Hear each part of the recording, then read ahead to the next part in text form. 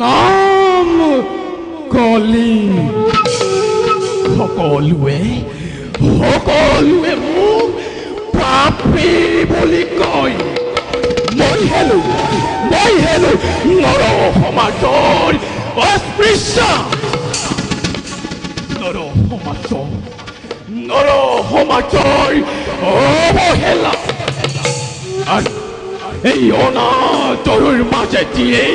মোৰ প্ৰভাৱ মই বিস্তাৰ কৰিম কলি কি পূজা নকৰে নৰ সমাজে পূজা কৰে কেৱল তাপৰক কিন্তু যিদিনা সংসাৰৰ সকলো ক্ষমতা কলিয়ে নিজ হাতলৈ আনিব সিদিনা বুজিব নৰ সমাজে কলি শ্ৰেষ্ঠ কিম্বা নাৰায়ণ তুমি হেনো দয়াৰ সাগৰ সংসাৰৰ সকলো প্ৰাণীয়ে তোমাৰ কৰোণাকে লাভ কৰে কিন্তু এই কলিৰ বাবে নাই নালাগে প্ৰভু তুমি মোক একো কৰোণা কৰিব নালাগে কলিয়ে নিজৰ ক্ষমতাৰে কলিৰ ধৰ্ম মানৱ সমাজত প্ৰচাৰ কৰি তেতিয়া এই স্বাৰ্থপৰ মানৱ সমাজে কলিক পূজা দিয়ে কিম্বা তাপৰক নাজাননে শ্ৰেষ্ঠ গুণ সকলো কৰিছে পূজা অৰ্চনা যাক আজি সকলোৱে হাতৰ সম্ভাষণ জনাইছে তেওঁ শ্ৰেষ্ঠ নহয় কোন শ্ৰেষ্ঠ হ'ব কলি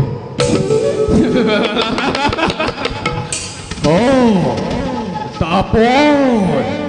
যাকেই বিচাৰি মই হাবাথুৰি খাই পৰিছো সি আজি মোৰ সন্মুখত হল উপস্থিত বাৰু কোৱাচোন তাপৰ তুমি ইয়ালৈ কিয় আহিলা আৰু তোমাক ইয়ালৈ কোনে আহ্বান কৰিছে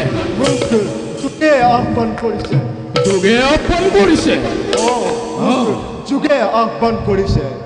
ৰজা মহাৰাজাসকল আজি শয্যাত নিধলি পৰিছে বাকী আছে কেৱল শ্ৰেষ্ঠ ঋষি মুনিসকল পৃথিৱীত ধৰ্ম ৰাজ্য পাতিবৰ বাবে মুক্ত বুলি কৈ দিছে বাৰু কোৱাচোন তাপৰ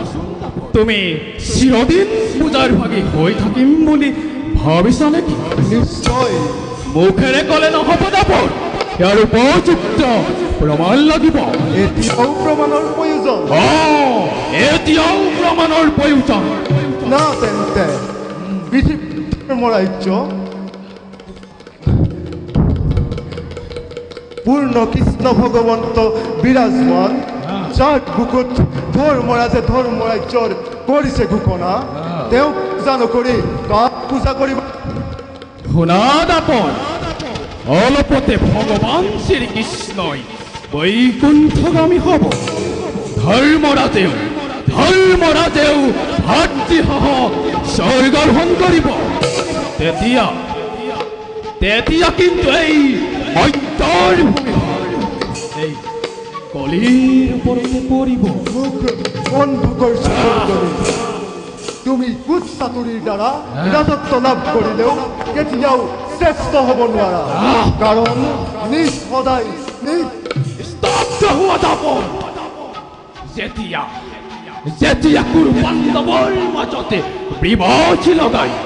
গুৰুকুল সমূলাংশে ধ্বংস কৰিছিলো তেতিয়া জানো তোমাৰ শক্তিৰ দ্বাৰা কলিৰ কোপানলকে বাধা দিব পাৰিছিলা মোৰ ধৰ্মৰাজ্যত তোমাৰ কোনো স্থান নাই যদি শক্তি প্ৰয়োগ কৰি তোমাৰ ৰাজ্য কাঢ়ি লওঁ তেতিয়া বেছ তেন্তে সেয়ে হওক বেছ তেন্তে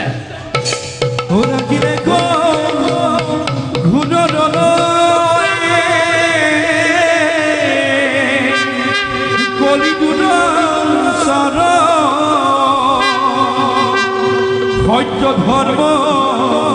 ৰক্ষা হেতু যুঁজিলা দাপৰ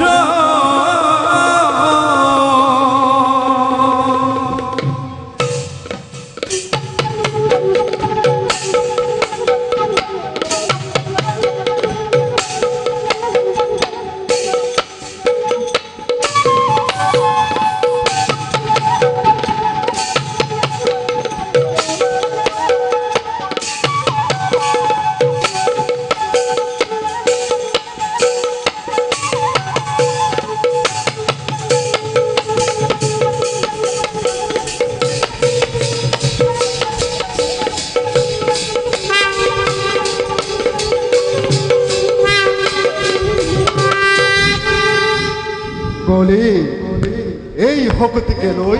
দাপৰৰ পৰা ৰাজত্ব কাঢ়িব আহিছিলি তোৰ এনে শক্তিক মই শতবাৰ গৰু পদাঘাত দিছোঁ যাওঁ মোৰ ৰাজ্যত প্ৰৱেশ নকৰিবি নাই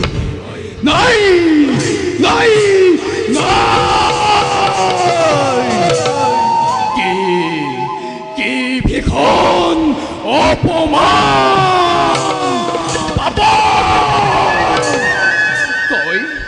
তই আজি কৃষ্ণৰ বলতে বলিয়ান হৈ মোক যি অপমান কৰিলি তাৰ অপমানৰ প্ৰতিশোধ নলওঁ মানে মই শান্ত নহওঁ তোৰ ধৰ্ম ৰাজ্য পুৰি মই চৰকাৰ কৰি দিম ভয়ে গৃহ কংগল লগাই ৰক্তপাতৰ সৃষ্টি কৰি হতুৱাই স্বামী লাঞ্ছনা পুত্ৰৰ দ্বাৰা অতি নাৰী এই চালৈ পৰিণত কৰি তোৰ ধৰ্ম ৰাজ্য মই সাগৰ তেতিয়া চাম তই কেনেকৈ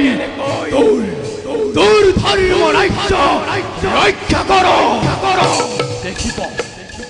দেখিব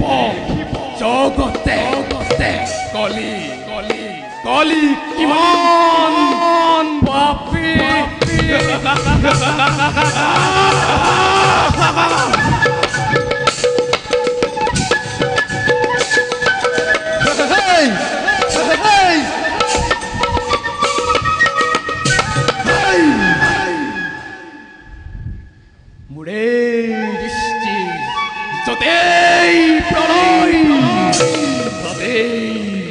তাতে